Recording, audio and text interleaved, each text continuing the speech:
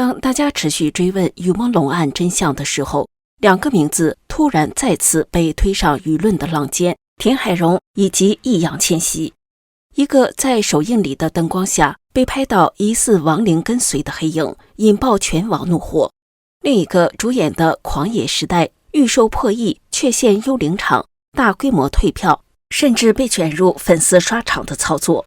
表面上是票房风暴，深层却牵扯到借运仪式、军火公司、政治宣传等等，怪象一个接着一个。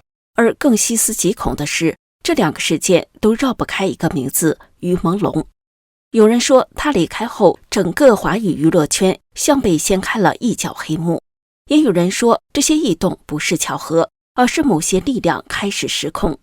从田海蓉背后那道诡异的影子，到易烊千玺电影的幽灵票房，从被压住的真相到越烧越旺的民意，看似分散的线索，其实正指向同一个问题：到底是什么力量把这些人这些事串成了一条不敢被看见的线？观众朋友们好，这里是大时局，我是王真。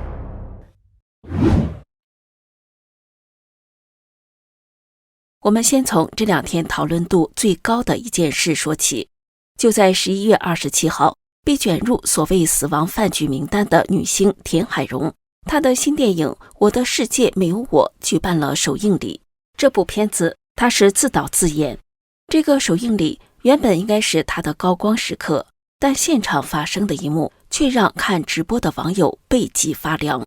当田海蓉在台上讲得正激动，说什么要把心里的爱散发出来，就在这时候，在舞台灯光的照射下，田海蓉身后的影子形状惊呆了一众网友，那个轮廓竟然神似雨朦胧生前的身形。直播间瞬间就炸了，有人直接留言骂：朦胧就在你身后，他来抓你了。还有人问他：田海蓉，你回头看看，背脊不凉吗？当然也有人说这可能是主持人或者现场来宾的影子投射，但为什么网友会有这么大的反应？因为大家心里的那杆秤是偏向受害者的。在真相没有大白之前，任何与死亡名单有关的人站在聚光灯下都会让人觉得讽刺。更讽刺的是田海蓉在台上的发言，她说生命是有尊严的，有的时候是来自于自我的疗愈，希望这种光能照亮我们每一个人。这段话听起来是不是很感人？但在雨朦胧尸骨未寒、案件疑点重重的当下，这段话被网友解读为极度的伪善。有网友直接发弹幕回怼：你们热衷于在影视中编织正义，却对身边真实生命的陨落漠不关心，真相不出，内娱不看。还有人翻出了田海蓉以前和雨朦胧的合照，质问他：你之前不是说不认识雨朦胧吗？这张照片是怎么回事？一面是说谎被拆穿，一面是首映礼上的诡异黑影。这场新片发布会与其说是电影宣传，不如说是一场大型的翻车现场。如果说影子是灵异事件，那接下来这个就是实打实的金钱游戏了。田海蓉这部电影《我的世界没有我》在上映前口碑就已经崩盘了，大量的网友冲进豆瓣刷负评，留言都是别想要流量，你的票房没有我。按理说这样一部被抵制的电影，票房应该惨不忍睹，对吧？奇怪的事情发生了，网友发现这部电影的预售总票房竟然高达602万人民币，这钱是哪来的？如果没人看，这600多万是谁买的单？评论区里有懂行的网友一针见血地指出，怪不得硬着头皮也要上映，这是在过水吧？莫不是自己洗的？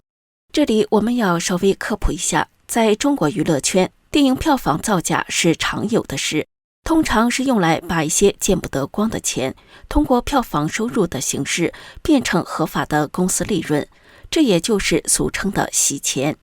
网友们愤怒地质问，这么黑箱，政府还不查？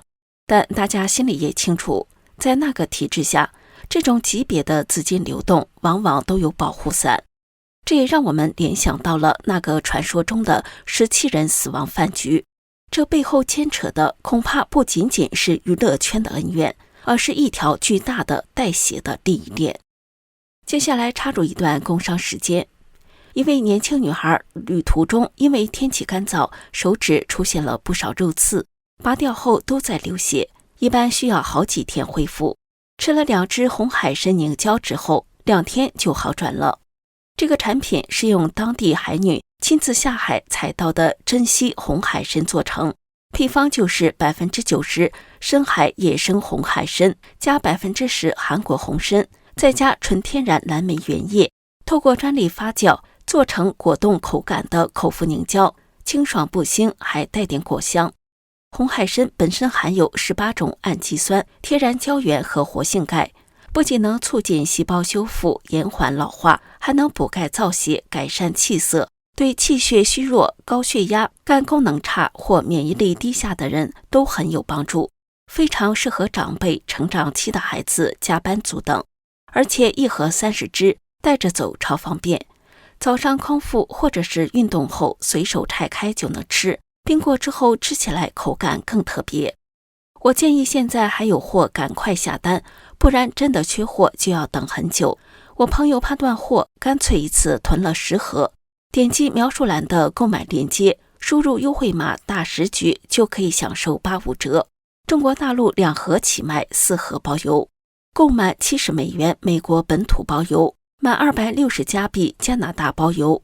黑色星期五购物活动期间，只要在蓝莓上购买，美国地区凡单笔消费满额再享加码好礼，购物满$450赠送参黄9蒸蜜参片1小盒，购物满$700赠送参黄9蒸蜜参片1小盒，再加参黄9蒸蜜黑参1整根，购物满$1000赠送参黄9蒸蜜参片2小盒，再加参黄9蒸蜜黑参1整根。好，我们再回到正题，这就引出了我们今天要讲的第3个，也是最重磅的消息。最近在 Threads 上，有位网友分享了他和美国某职能部门高层朋友的对话。这个消息源透露，美国的一些组织，甚至包括 FBI， 其实已经知道了于朦胧的案子。但是注意听，接下来这点很关键。美方认为这个案子本身太小，什么意思？在他们眼里，一个中国明星的非正常离世可能只是冰山一角。美国情报部门真正感兴趣的是这个案子背后牵扯出来的跨国产业链、洗钱金流和政治因素。这位美国高层甚至给出了具体的建议，让他去关注阿莱斯郭案件，还有彭博社的报道，以及去看一位叫 Van Zeller 的节目。我去查了一下，这个 Van Zeller 做过一档节目叫 Trafficked with Maria Van Zeller， 专门是讲什么的？讲黑市走私和诈骗资金链的。也就是说，在美国情报部门的视角里，于朦胧案可能不是一个简单的命案，它可能是一个类似罗利岛或者跨国洗钱集团运作过程中的一个环节。这条线索非常重要，如果能证明这背后有跨国洗钱或者非法资金流动，那就不再是中国内政的问题了，国际社会就有理由介入。那位朋友还建议要把于朦胧的事带到街上去。这句话有2种解读，一种是物理上的上街，扩大声势，另一种是把这背后的产业链、金流全部摊在阳光下，让公众看清楚。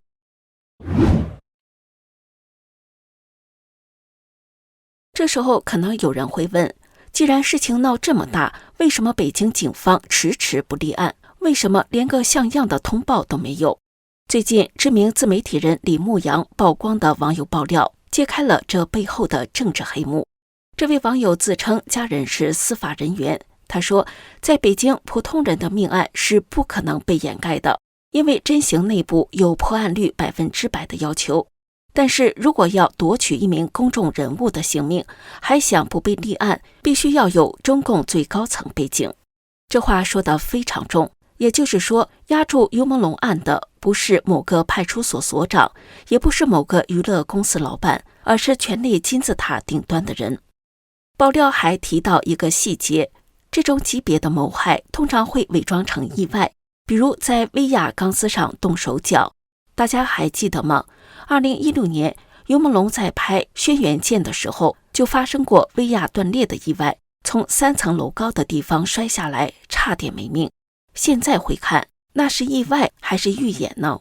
李牧阳也分析说，尤梦龙有2700万粉丝，全球讨论度几百亿，这么大的动静都能被压得死死的，这本身就证明了政治影响司法。在中共的体制下，权力是大于法律的，如果立案，可能会牵扯出高层的内斗，成为政敌攻击的把柄，所以必须压住。这也就解释了为什么官方始终保持沉默，因为他们不敢动，也不能动。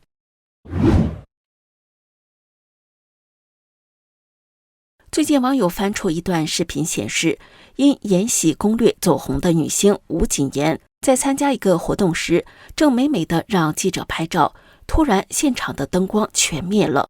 吴谨言当时吓得张大嘴巴，赶紧用手捂住脸。你以为这是停电意外吗？据业内人士透露，这个圈内是有规矩的，明星拍照中途被灭灯，代表这个人不能曝光宣发。这是一种极其羞辱性的警告，意思就是有人要搞你，不让你火，或者你惹上麻烦了。让人细思极恐的是，尤梦龙生前参加活动时也遭遇过同样的事情，突然灭灯。对比尤梦龙的遭遇，网友们现在非常担心吴谨言，猜测他是不是也触碰了某些红线，或者被卷入了类似的麻烦中。网友深挖娱乐圈黑幕的同时，中共网络审查也达到了疯狂的地步。有网友披露，11月24号左右收到警告说，你近期发布的内容违反了微博社区公约，你的账号被禁言30天。网友表示，我近期都没发过任何东西，百思不得其解。用别的号看了一下，发现11月2号转发的一条于梦龙的视频没了。网友哀叹，真会翻旧账啊！最离谱的是什么？连一位叫莫冰的粉丝账号都被炸了。可怕的是，这位莫冰已经去世好几年了，连离世粉丝的账号都不放过。中共的审查机器到底在害怕什么？他们在怕一个逝者，怕一种记忆，怕真相被一遍遍的提起。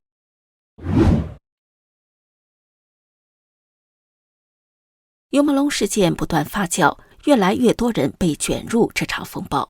尤梦龙刚走的时候，好友刘维发了长文，说有幸来北京就和你成为朋友，认识你这么多年说不出一个不字，还承诺照顾尤梦龙的家人。当时无数网友被感动，觉得娱乐圈还有真情。但最近风向变了，有网友在 Threads 上爆料，质疑刘维其实是卧底。爆料称，刘维跟疑似杀害于朦胧的凶手圈子辛奇、范世琦、焦买奇等人其实私交甚笃，甚至是好友，质疑他是长期被安排在于朦胧身边监控他的人。这种怀疑的声音已经在粉丝群体中炸开了锅，有人骂他是吃人血馒头，靠着于朦胧的离世赚流量。不过也有网友觉得刘维是无辜的。11月5号，刘维在微博发了一组月亮的照片。我们知道于朦胧的名字来源于月朦胧鸟朦胧，这张照片得到了2万多个赞。底下有评论说，你也想他了对吗？我相信你不会忘记他。刘维到底是真朋友还是演技高超？在真相大白之前，我们无法下定论。但这场舆论的撕裂恰恰反映了大家对现在娱乐圈深深的不信任感。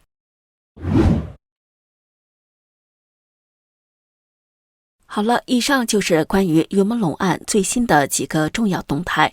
从田海蓉首映礼上的诡异黑影，到600万票房的洗钱疑云，从 FBI 可能介入的国际视角，到吴谨言遭遇的灭灯，这一切都说明于朦胧的离世绝不是一个结束，而是一个巨大的黑盖子被揭开的开始。我知道随着时间推移，热度会降，会有人遗忘。官方最希望的就是我们闭嘴，就是时间冲淡一切。但正如那位美国朋友建议的，要把事情带到街上去，带到阳光下。我们可能无法亲自上街，但我们可以在网络上保持关注。只要我们还在讨论，还在质疑，那盏灯就还没有完全熄灭。对于田海蓉背后的黑影，你怎么看呢？你觉得 FBI 的介入会成为破局的关键吗？欢迎在评论区留下你的看法。接下来我们再谈一谈近日备受关注的电影《狂野时代》。这部由毕赣执导、顶流明星易烊千玺主演的影片，本被视为艺术与流量的完美结合，却在上映首周遭遇了口碑与票房的双重崩塌，更引爆了关于幽灵场、数据造假以及明星背后资本操控的惊天黑幕。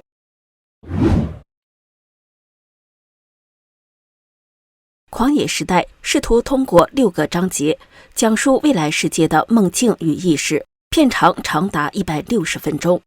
尽管影片入围戛纳电影节并获得特别奖，但在大众市场却遭遇滑铁卢。首映当日，灾难性的影观体验引发了大规模退票。数据显示，该片首日退票率峰值高达 15%， 远超商业片 4.8% 的常态值。这意味着每7张票就有1张被退回。大量观众吐槽影观过程如坐针毡，生理性不适，甚至出现了有人观影20分钟即离场，后排观众鼾声一片的尴尬场景。